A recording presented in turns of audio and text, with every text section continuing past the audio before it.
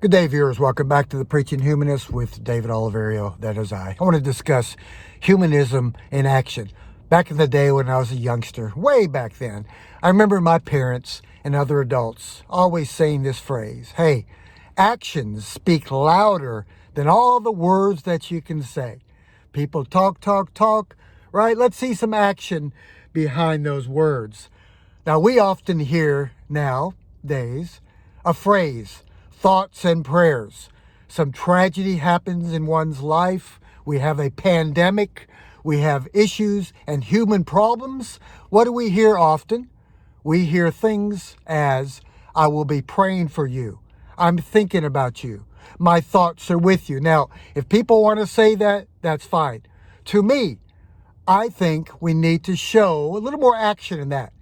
Rather than hands that are folded, two hands reached out are much more effective than two hands folded in prayer.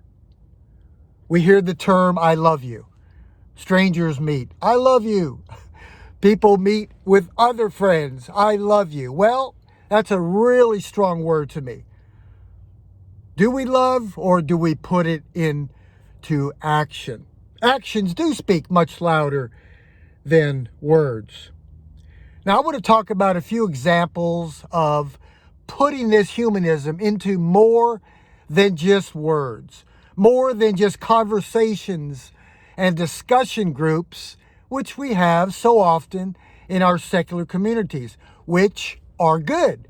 It's good to do these things. It's good to have these secular social clubs and sit around and talk about different topics, have a little debate, have nuance, arguments about this and that, and opinions. All right. For me, I want to see some action. Let's talk about some things that we can do to add to just the words and just the discussions. Basically, most of you know what I attempt to do every weekend. I've been feeding homeless people, 7, 8, 9 years by myself. I just go out on Saturday mornings and find a need and try to fill it. Also, you know what I do on Saturday mornings. I go out with my humanist signs, atheist signs, all the other signs, the literature about humanism for those that are interested. This is action. This is more than just talk. Now, here's some reasons why I do what I do. Why do you go out there, David? Do you go out there to change minds? Not necessarily. Let me tell you what I do. Number one, of course, I told you I feed homeless people.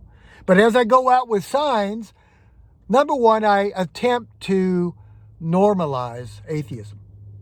We really can't normalize it in this very Christian culture by just staying isolated in our respective humanist and secular communities, which is good. We can't normalize it to a very religious world. I, like many of you, want to be treated equal. I want others who believe in God to look at us and see that we are just like them in many, many ways. We just want to be treated equal. We don't want to be demonized and vilified, which does occur, sad to say, with some believers. Not all, but some do that too, we who are secular. Number one, I normalize. Number two, I attempt to inspire other secular humanist communities, atheist communities, groups, and individuals to action.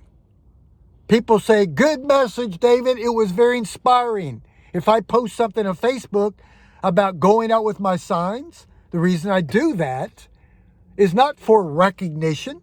I had a guy come up to me and said, the reason you're out here holding up signs is because you want to be noticed. You want attention. You want your name to be displayed in lights. I explained to him. He was a young guy. I said, look, when I was your age, I already been there, done that. Sat up on platforms in churches in the 70s and 80s with my leg crossed, my suit and tie, my Bible. Hallelujah. I did all that. I had all the recognition, visibility you could ask for. I don't really care about that at my age. I want to inspire you, inspire individuals, and inspire other groups to get out there into the environment, into the communities where the people are, so they can see us. Performing humanism in action. Another reason I do what I do is to inform scattered unbelievers. They're out there. In fact, I've got a message coming up on that. The scattered unbelievers, the scattered atheists out there. Many of them do not know about humanism, believe it or not. Many of them have never understood or heard the concept of secular humanist groups, like-minded people meeting up. And you know that's what I'm about. They don't know. That's another reason I go out there, to inform non-believers of humanism and groups. And also something else I do, which I call humanism in action.